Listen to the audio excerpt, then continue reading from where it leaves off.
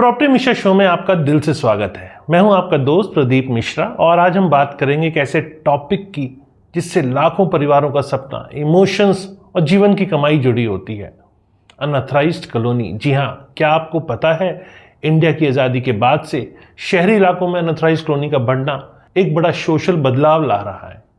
इस एपिसोड में हम जानेंगे ये कॉलोनीज इंडिया में क्यों बनी, लोग ऐसे इलाकों में घर लेने के लिए क्यों मजबूर हुए, इसमें सरकार और सिस्टम की असल जिम्मेदारी कितनी है और आखिर में आज के सोशल मीडिया इन्फ्लुएंसर्स का इसमें क्या रोल है। साथ में आपको देंगे बेहद ज़रूरी सावधानियां और इंस्पायरिंग सलाह जो आपकी मेहनत की कमाई को बचाएगी। वीडियो को लास्ट तक देखिएगा। अगर वीडियो पसंद आए तो लाइक, कमेंट, शेयर करना ना भूलें और इसी चैनल पे आपको ऐसे इन्फॉर्मेटिव वीडियोस मिलते हैं, इसके लिए आपको चैनल को सब्सक्राइब करना है। तो चलिए शुरू करते हैं। नमस्कार, मैं हूं प्रदीप मिश्रा। प्रॉपर्टी मिश्रा शो में आपका स्वागत है। यहां हम आपको प्रॉपर्टी और प्रॉपर्टी मार्केट की हकीकत बताते हैं। नो बकवास, डायरेक्ट काम की बात। चलिए शुरू करते हैं। अनऑथराइज्ड कॉलोनीज, आखिर इस प्रॉब्लम की जड़ कहां है? आजाद भारत के शुरुआती दशकों में माइग्रेशन बहुत बढ़ा। लोग गांव से अच्छे जीवन, शहर और पढ़ाई के लिए सिटीज की तरफ भागना शुरू हुए, लेकिन इंफ्रास्ट्रक्चर और सस्ते लीगल घरों की जो उपलब्धता थी, अवेलेबिलिटी थी, वो बहुत कम थी। डिमांड ज़्यादा और सप्लाई कम, और इस गैप का फ़ायदा उठाया कुछ लैंड डीलर्स और क्लोनाइजर्स ने। सरकार की स्कीम कम थी, बजट कंस्ट्रेंट थे, और ऐसे में अनऑथराइज्ड कॉलोनी अर्बन एक्सपेंशन की एक डार्क रियलिटी बन गई। अब एक बड़ा सवाल, क्या लोग जानते हुए भी यहाँ रोड नहीं है, बिजली नहीं है, सीवरेज नहीं है, फिर भी ऐसे घरों में घर खरीदते चले गए? बहुत सी वजहें थी। सबसे पहले बजट का कम होना, मतलब जो प्रॉपर्टी वो लेने के लिए जा रहे थे उनकी कीमतें काफ़ी कम थी, बजट भी कम था, और जो अट्रैक्ट हो रहे थे जिन प्रॉपर्टीज़ के लिए उनकी भी कीमतें कम थी। जल्दी जल्दी प्लॉट्स मिलना और बिना ज़्यादा पेपर वर्क के काम हो जाना, मतलब आपने बुकिंग करी और आपको सीधा प्रॉपर्टी का पोजीशन मिल गया। कोई डेवलपमेंट नहीं, कुछ नहीं, क्योंकि अनऑथराइज्ड तो नहीं है, कोई डेवलपमेंट तो होनी नहीं है। किसी भी खेत में एक बर्फी की तरह प्लॉट काटे, नक्शा बनाया और बेच दिया, तो लोगों को जल्दी पोजीशन भी मिल जाता है। लोग सोचते हैं मैंने पैसे दिए और हमें साथ साथ पोजीशन मिल गया। फिर रैपिड माइग्रेशन, बहुत तेज़ी से रैपिड माइग्रेशन हुआ है। किराए का टेंशन और जल्दी घर का सपना ये लोगों के अंदर देखने को मिला, और इंडिया के अंदर खासकर अपने घर का सपना लोगों को ज़रूर होता है। और बड़े बूढ़े भी कहते हैं कि ज़मीन अपनी होनी ज़रूरी है, मतलब अगर ज़मीन है तो आप उससे बहुत कुछ कर सकते हैं। मतलब उसको ये भी कहते हैं कि छत अपनी होनी चाहिए, तो छत के लिए ज़मीन अपनी का एक पुराना ट्रेंड भी चलता आ रहा है। तो ये अक्सर इंडियंस के बीच में अपने घर का सपना हमेशा रहता है। कई लोग लीगैलिटीज़ नहीं समझ पाए और सिर्फ सपना देखा, मेरे खुद का घर। पर सच्चाई ये रही कि इन इलाकों में जिंदगी के स्टैंडर्ड में गिरावट आई। बेसिक सुविधाएं नहीं, प्रॉपर्टी लीगल नहीं, और रीसेल मार्केट ज़ीरो। क्लोनाइजर्स मालामाल हुए और सारे के सारे बायर्स फंसते चले गए। अब यहाँ पर सिस्टम और सरकार की कितनी जिम्मेदारी बनती है, इसे कौन फिक्स करेगा? कई बार ये चर्चा होती है, अगर सरकार शुरू में ही अनऑथराइज्ड कॉलोनी रुकवाती तो लाखों लोग फंसते ही नहीं। प्लानिंग लॉज में साफ लिखा है अनऑथराइज्ड कॉलोनी में प्लॉट सब डिवीजन बिल्कुल अलाउड नहीं है, फिर भी लोकल रजिस्ट्रार ऑफिस में ऐसी प्रॉपर्टीज की रजिस्ट्रेशन, म्यूटेशन पॉसिबल कैसे है? Power of attorney, sale agreement सब बन जाते हैं। क्या ये ओपन करप्शन नहीं है? Development authorities, local bodies, politician, क्या सबकी जिम्मेदारी फिक्स नहीं होनी चाहिए?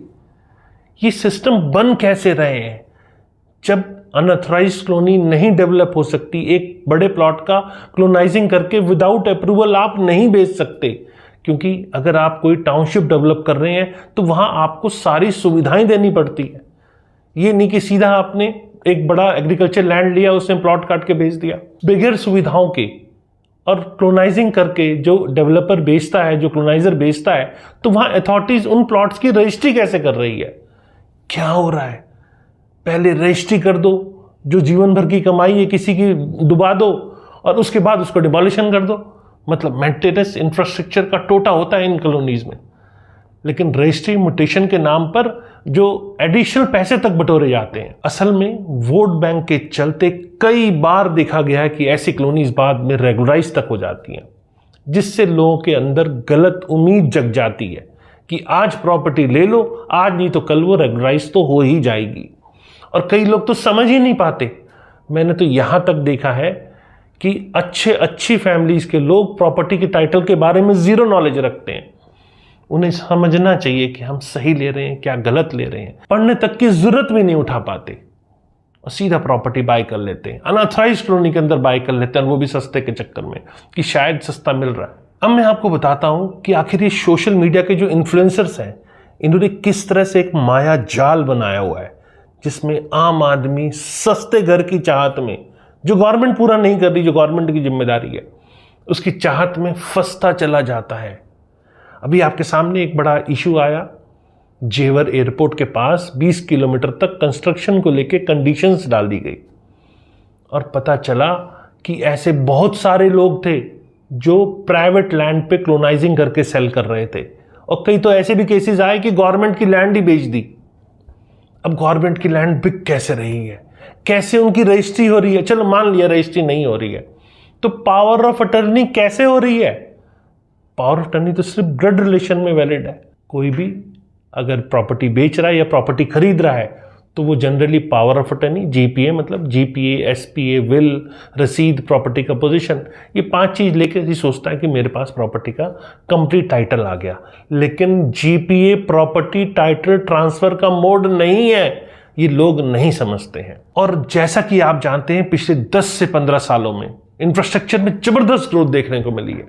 नई बसें, मेट्रो, फ्लाईओवर, नई टाउनशिप्स, इसी का फायदा उठाकर ये सोशल मीडिया इन्फ्लुएंसर्स भी इसके अंदर एंटर हो गए। क्योंकि जब जब बड़ा इंफ्रास्ट्रक्चर डेवलपमेंट होती है तो आसपास के एरिया में प्रॉपर्टी में तेजी आती है। कनेक्टिविटी मेन फैक्टर है, इंफ्रास्ट्रक्चर डेवलपमेंट दूसरा मेन फैक्टर है कि जब जब ये हुआ है तो एरिया में डेवलपमेंट हुई है। लेकिन असली डेवलपमेंट वहाँ इंडस्ट्रीज, आईटी सेक्टर मतलब जॉब अपॉर्चुनिटी आने से होती है। लेकिन ऐसे ठग आपको इन एरिया में इंफ्रास्ट्रक्चर के नाम पर, या जब कहीं बड़ा इंडस्ट्रियल सेटअप होता है या बड़ी कोई आईटी कंपनी आती है तो उसके नाम पर आसपास के एरिया में अनऑथराइज क्लोनिंग करके बेच देते हैं। अभी एग्जाम्पल जैसे मैं दे रहा था जेवर एयरपोर्ट का, अब जेवर एयरपोर्ट की ले लो। अब जेवर एयरपोर्ट एक बहुत बड़ा इंफ्रास्ट्रक्चर डेवलपमेंट है, लेकिन उसके पास में जब आप अनऑथराइज्ड क्लोनिंग बेच रहे हो और बायर उसको ले रहा है तो यहाँ बेचने वाले और लेने वाले की दोनों की गलती है। लेकिन फंसने के बाद समझ में आता है और उसके पीछे रोल निभाते हैं ये सोशल मीडिया के इन्फ्लुएंसर्स, क्योंकि बड़े इंफ्रास्ट्रक्चर डेवलपमेंट के बारे में बताते हैं और पास में सस्ते में प्लॉट मिल रहा है इसके हवाला देते हुए फ्यूचर में एप्रिसिएशन की बात करते हैं, तो बायर उसमें फंसते चले जाते हैं। ये reels, Facebook group, YouTube ads, इन सब पे आपने मतलब हर जगह आपने कोई ना कोई ऐसा इन्फ्लुएंसर देखा होगा जो ये बताता है न्यू प्लॉट, न्यू कॉलोनी आधी कीमत पे, और वहीं पर जहां मेट्रो आ रही है रियलिटी में ऐसे प्रोजेक्ट्स का रेरा में नाम होता ही नहीं है, ना कोई गवर्नमेंट की अप्रूवल होती है। और इन्फ्लुएंसर, उनके फॉलोअर्स भी ज़्यादा होते हैं, कॉलोनीज वाले पैसे देते हैं और ये फेक क्लेम होते हैं। और इन वीडियोस के जाल में फंसकर हजारों लोग अपनी हार्ड एंड मनी या सेविंग्स को ऐसी जगहों पे लगा बैठते हैं जहां बाद में वो बुरी तरह फंस जाते हैं। अगर कॉलोनी अपने आप वोट बैंक की राजनीति के कारण अप्रूव नहीं हुई तो पिछले 3-4 सालों में देखा जा रहा है कि अब demolition drive all over India में बड़ी तेजी से चल रहा है। और इस डिमोलिशन ड्राइव के चलते जो अनऑथराइज्ड कॉलोनी में लेने वाले लोग हैं सबसे ज़्यादा सफ़र कर रहे हैं, क्योंकि अप्रूव्ड कॉलोनी में लिया नहीं, क्योंकि सस्ते बजट में उनको वो ऑप्शन मिल रहे थे, लेकिन वो बाद में वहाँ फंस गए और अब डिमोलिशन ड्राइव हो रहा है। जिसने पूरे जीवन भर की काड़ी कमाई लगा दी वो करे तो करे क्या? सबसे बड़ा सवाल है कि आखिर उसकी गलती क्या है, क्योंकि जब गवर्नमेंट डिमोलिशन ड्राइव करेगी तो आपका पोजीशन भी चला जाएगा, मतलब पैसे भी गए, पोजीशन भी नहीं मिला, और ना बिजली, ना पानी, ना रीसेल ऑप्शन, आप पूरी तरह लेके फंस गए। कई बार तो गवर्नमेंट रिकॉर्ड में म्यूटेशन तक नहीं होता और वही क्लोनाइजर उस प्रॉपर्टी को 4 लोगों को और बेच देता है और आपको कहता है कि अभी आप 21,000 रुपए दें और 2 या 3 साल की आसान किश्तों पे आप ले जाएं। अनऑथराइज्ड कॉलोनी की एडवर्टीजमेंट भर भर के है, और यही इन्फ्लुएंसर जिनके ज्यादा फॉलोअर्स हैं, इन्हीं के जाल में आप फंस जाते हैं। इन्फ्लुएंसर्स का ज्यादा सब्सक्राइबर होना गलत नहीं है, लेकिन गलत प्रोडक्ट को बेचना, जो रेरा अप्रूव्ड नहीं है, उसको बेचना पूरी तरह से गलत है। और गवर्नमेंट का डिमोलिशन ड्राइव, आखिर ये सच है या दिखावा है, ये भी आपको बताना जरूरी है। पिछले 34 सालों में दिल्ली, नोएडा, गुरुग्राम सहित कई शहरों में अनऑथराइज्ड कॉलोनी पर डिमोलिशन ड्राइव चला है। लेकिन सवाल ये उठता है, जब प्लॉट की रजिस्ट्री म्यूटेशन अलाउड नहीं है या सब डिवीजन नॉन परमिसेबल है, तो पिछले कई सालों में local governing bodies, registrar office ये सब ट्रांजैक्शंस कैसे कर रहे हैं? आखिर क्या गोलमाल सिर्फ दलालों या बायर्स का था, या एडमिन और पॉलिटिक्स भी मिली भगत इसके अंदर है? अगर सरकार वाकई जिम्मेदार है तो डिमोलिशन ड्राइव केवल कॉलोनीज पे क्यों नहीं उन जिम्मेदार लोगों और अफसरों पर भी होना चाहिए? क्यों उनकी पर्सनल प्रॉपर्टी भी नीलाम नहीं कर देनी चाहिए? होना चाहिए, लेकिन क्या होता है? अपने कमेंट्स मुझे जरूर बताएं। मैं आपके कमेंट्स का इंतजार करूंगा, क्योंकि मैं जानना चाहता हूं कि आप क्या सोच रहे हैं। क्या आप भी कहीं फंसे हैं? नीचे कमेंट करके आप बताइएगा, क्या एक्सपीरियंस रहा, क्या गवर्नमेंट का एक्शन रहा, क्या गवर्नमेंट ने पैसे खाकर और ऐसी अनऑथराइज्ड कॉलोनी को टूटने से बचा लिया, या पैसे खाकर तोड़ दिया क्योंकि फिर उन कॉलोनाइजर्स को बेचने का मौका मिल जाए? रियल एस्टेट का एक रिस्की इन्वेस्टमेंट ऐसी चीजें बना देती है। जरा सोचिए, अगर आपने अपनी जिंदगी की कमाई बचाकर एक घर खरीदने की ठानी, सस्ता मिला, लीगल पेपर आपने नहीं देखे, रजिस्ट्री आपने करा ली, लेकिन प्रॉपर्टी का ना लीगल राइट है, ना रीसेल वैल्यू, ना लोनेबल, आपका पैसा ना बढ़ेगा ना लौटेगा, चलेगा तो डिमोलिशर का बुलडोजर। ऐसा ड्रीम होम असल में लाइफ लॉन्ग आपके लिए हेडक बन जाता है। अर्बन इंडिया में 2024 तक कुल 55 से 60 लाख अनऑथराइज्ड कॉलोनीज, मतलब ये एस्टिमेटेड नंबर है, ये मौजूद थे, जिसमें दिल्ली, गुरुग्राम, गाजियाबाद, फरीदाबाद और बड़े शहरों का हिस्सा सबसे ज़्यादा है। जहां माइग्रेशन होती है वहां सबसे ज़्यादा इसका हिस्सा देखने को मिलता है। हर साल लगभग 5 से 10% नॉन लीगल प्रॉपर्टीज मार्केट में ऐड होती रही, जब तक गवर्नमेंट ने मेजर क्रैकडाउन नहीं किया। अब बायर्स के लिए कुछ अलर्ट, कैसे बचाएं अपनी जमा पूंजी। इंपॉर्टेंट बात है, ये आपके लिए समझना ज़रूरी है कि आखिर आपको क्या करना है ताकि आपकी फैमिली और सेविंग दोनों सुरक्षित रहें। किसी भी कॉलोनी का रेरा रजिस्ट्रेशन, म्युनिसिपल अप्रूवल और लीगल टाइटल आप ज़रूर चेक करें। Registry papers, mutation documents, sale agreement और सारे डॉक्यूमेंट्स एक रजिस्टर्ड लॉयर से ज़रूर वेरीफाई कराएं। Power of attorney, agreement to sale जैसे जुगाड़ को चेक करें, कहीं प्रॉपर्टी लीगली फॉरबिडन तो नहीं। सोशल मीडिया इन्फ्लुएंसर्स, यूट्यूब के टेम्पटिंग ऑफर्स में ना आए। लालच भरा टिप, बहाने और वायरल प्लॉट से बचें। अगर आपका बजट अलाउ नहीं कर रहा किसी अप्रूव प्रॉपर्टी लेने को, तो कम से कम पैसे बैंक में रख लें, आरडी, एफडी कुछ तो कराएं जिससे पैसा आपका सेफ रहे, और सही समय का वेट करें। पॉलिसी गवर्नमेंट्स की हैं, उनमें अप्लाई करें बजाय शेडी डील में फंसने के। आखिर रियलिटी चेक भी ज़रूरी है। सरकार नहीं सुधरेगी तो बायर ही क्यों फंसे? अब एक रियलिटी चेक करते हैं। बस सरकार तो नहीं सुधरेगी तो बायर ही क्यों फंसे? कहावत है, जिसकी लाठी उसकी भैंस, यानी सिस्टम के पास ताकत है तो उसी का रूल चलेगा। अनऑथराइज्ड कॉलोनी को बनने से पहले ही गवर्नमेंट रोक सकती थी, पर वोट बैंक, करप्शन और सिस्टम की कमियां इसमें बराबर की जिम्मेदार है। रजिस्ट्री, कम्युनिकेशन से लेकर इंफ्रास्ट्रक्चर के वादों तक सब जगह बायर को ही गुमराह किया गया है। और अब गवर्नमेंट ऐलान करती है अनऑथराइज्ड कॉलोनीज इल्लीगल हैं, प्लॉट डिमोलिश होते हैं, बट बायर्स का पैसा, जीवन और सपना भी मलबे में तब जाता है।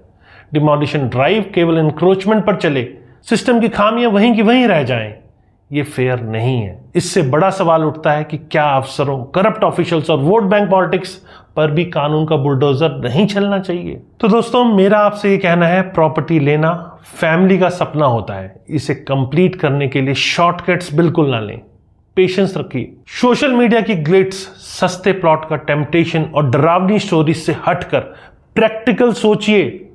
लीगल शॉर्टकट कभी भी ड्रीम का कब्रिस्तान बन सकती है, कभी भी अनअप्रूव्ड अनऑथराइज्ड कॉलोनी में प्रॉपर्टी बिल्कुल ना खरीदें। सोशल मीडिया इन्फ्लुएंसर्स की बात में बिल्कुल ना आए जहां आपको लालच छुपा हुआ नजर आए।